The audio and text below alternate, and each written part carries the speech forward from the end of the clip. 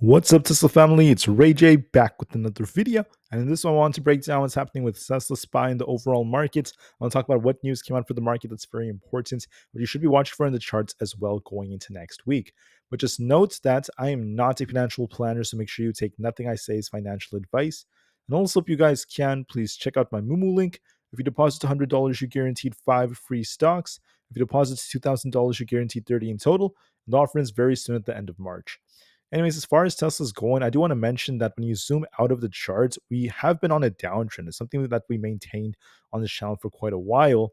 However, there's no confirmation yet if Tesla's going to break these lows or if it's going to try to bounce again, because this is going to be very dependent on a lot of different factors. I'm going to talk about what those factors are and what to watch for in terms of levels. So the first thing that came out is the fact that the mainstream media has been screaming since the morning.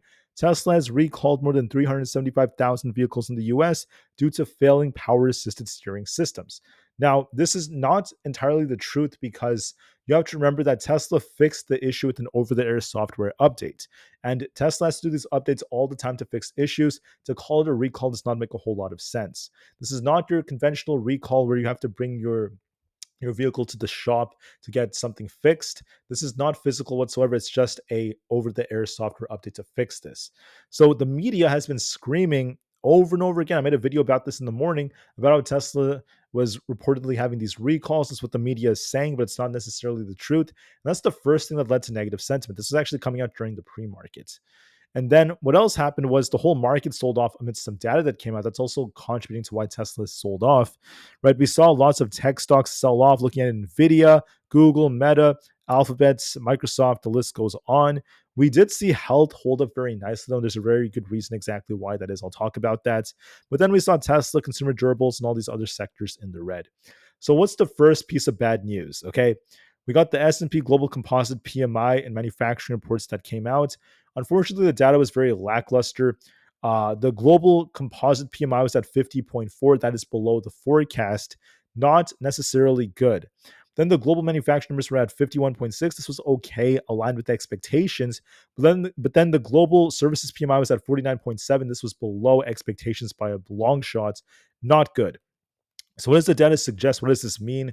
This tells us that looking at the data, uh, right now we're seeing a worsening in demand growth for our economy, and U.S. business activity growth came close to stalling in the month of February. So not the best of news, at least thus far. We did see manufacturing numbers improve just a bit, trying to help that. But the problem is that we are anticipating that prices will continue to go up, especially for services. So services are going up, business output is weakening, and for now, that's not looking too good.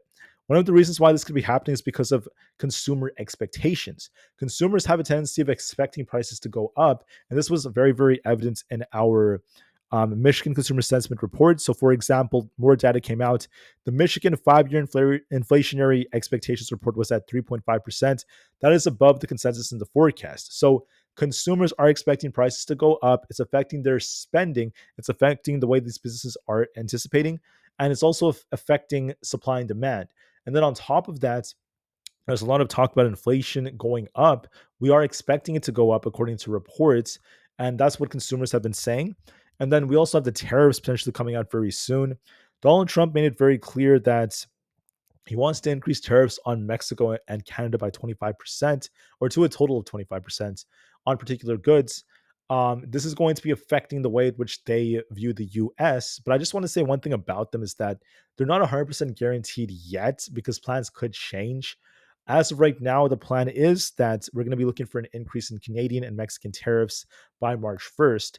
But the plan could change depending on what Trump wants to do, right? He could be using this for business negotiations, right? He loves to negotiate. That's what this could be used for.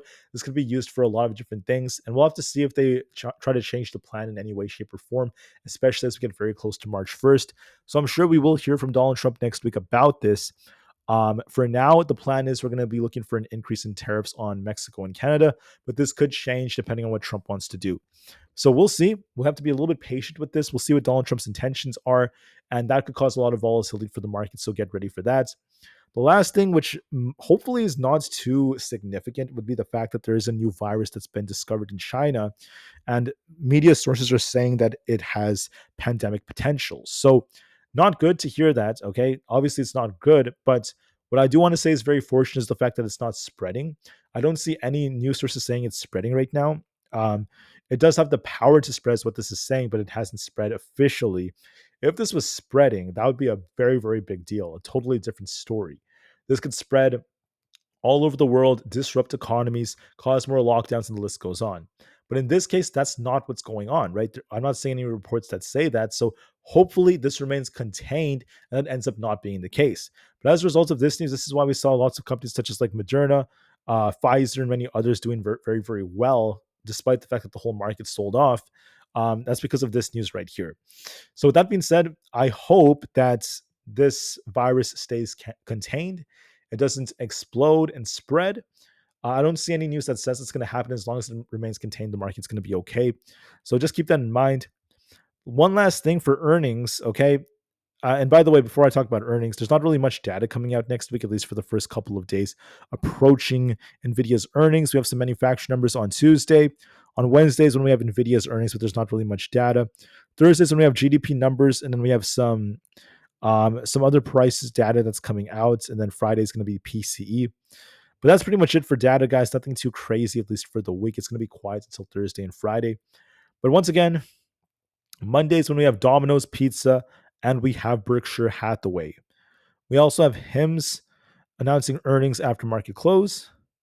On Tuesday, we have the Home Depot, Planet Fitness, and a couple of others like AMC. And then on Wednesday, we have Lowe's, not to mention AI stocks, Salesforce, and then the one and only Nvidia. After market close, Nvidia announces earnings. Thursday and Friday are going to be quiet, but get ready for Nvidia. That's going to be a big one. What do I think about the market? Well, let's just talk about Nvidia first. Then I'll talk about Tesla spying the others. Um, so Nvidia has been trading sideways. Look at the last couple of months. It's been in a range. As we dip to the lower 100s, it bounces. As we hit the 150s, we reject. That's been the range since like almost the past year, right? It's been just kind of stuck. Actually, I think like for a little bit over that. But anyways, going back and forth since last year. So in this case, when you zoom in a little bit, you will see the possibility that I could see the possibility of a slanted inverse head and shoulders here. I actually see this as a strong possibility. So this move right here was like our left shoulder. We had this very, very big liquidity zone around this like 128 area. We came down, formed a nice divergence, and then we saw our EMA starting to slope upwards as this made a nice recovery move. So as you can see, we have a clear defined left shoulder, a head, and then as we reject here, we're going to be looking for like the 130 area to see if we get a bounce from here to start pushing much higher towards all-time highs again. Just a possibility. If we do bounce off 130, we could be looking for an attempt to, push with the inverse head and shoulders. It's very interesting how we're forming this right before earnings. So will earnings cause us to launch the markets higher? We'll have to see about that. I'm going to be very, very patient, but that's just one hypothetical situation. If we get lots of bad data and lots of bad news involving Trump's tariffs or something, this could still theoretically lose 130 and start dumping to like 125 or below. But for now, I have hope that this might be an inverse head and shoulders. It's a strong possibility, but make sure you guys manage risks when trying to play this. Never YOLO everything, never go all in, not financial advice, but just be careful and always, always, always manage your risks very, very well. Looking at SPY, NVIDIA could also dictate this. So SPY is testing the 200 EMA on the 4-hour basis, which is at 599.5. If we lose that, we could be dipping back down to about that 597.5 to 598 area. I could be looking for that. That's also where this wick is right here and also this low. So we love to bounce off 597, bounce, go back down and retest like 598 and bounce. So it could retest 597 to 598 before it tries to rebound for like the 600s like this.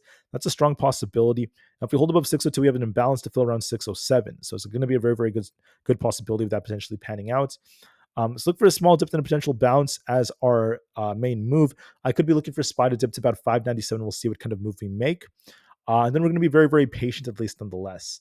So I'm going to keep that very, very clear. That's what I'm essentially seeing. And it's very important for us to remember this. 597 to 598 could be retested. And hopefully we do try to bounce as long as things go well. As long as there's no major bad piece of news. If something catastrophic happens or if the market sees another big drop, we want to see 597 break for this thing to be dumping even lower. So if we lose 597, don't hold it, then yes, that's going to be like the next move down. But I'm favoring a bounce as a stronger possibility, so we'll see if that ends up being the case. For the QQQ, We're dipping right here. We have a very similar setup. We're kind of from like a cup. Could this become like a cup and handle depending on Nvidia's earnings? So we'll see about this. As we're dipping right here, let me just make it very, very clear that we are on a bit of a decline. Now, it's possible we get very close to our 522 area, the 200 EMA right here. I could see us retesting 522 to 525 before this attempts to bounce. It's the most likely technical move. Of course, it depends on Nvidia's earnings, but I'm looking for a move like this. If we do bounce and we get back above like 528, I'm looking for this imbalance, and that can start to fill right back up. So I think there's a very good chance it does that. Keep in mind the market was near all-time highs yesterday. It just dumped in one day, right? The data that came out is obviously just a short-term reaction, but is it that bad for us to say it's going to become a multi-day downtrend? I wouldn't say so. I think the buyers are still present, they're still existent. So I wouldn't necessarily turn into a perma bear yet, right? We still have a lot of time before things start to change. 215 to 216 is going to be a big support on the Russell 2000. We could still bounce off of this. We have bounced historically near 216 many, many times, so we'll see about that. On ES, we've dipped quite a bit. It's possible we get down to about 6,000. We'll see if we bounce up. That's a very psychological level. 5980 to 6,000. And we want to see this get back above like 6050. So we'll see how it goes, but there's going to be a risk of some more downside. On NQ, we're dipping a bit. We're looking for 21,500. We'll see if we bounce or not. So give this some time, but I just want to make it very clear that this could be dipping lower. We have these wicks right here in the 21,500, so we'll see how it goes. Bitcoin is trying to rebound, looking for 96,800. We'll see what kind of reaction we get.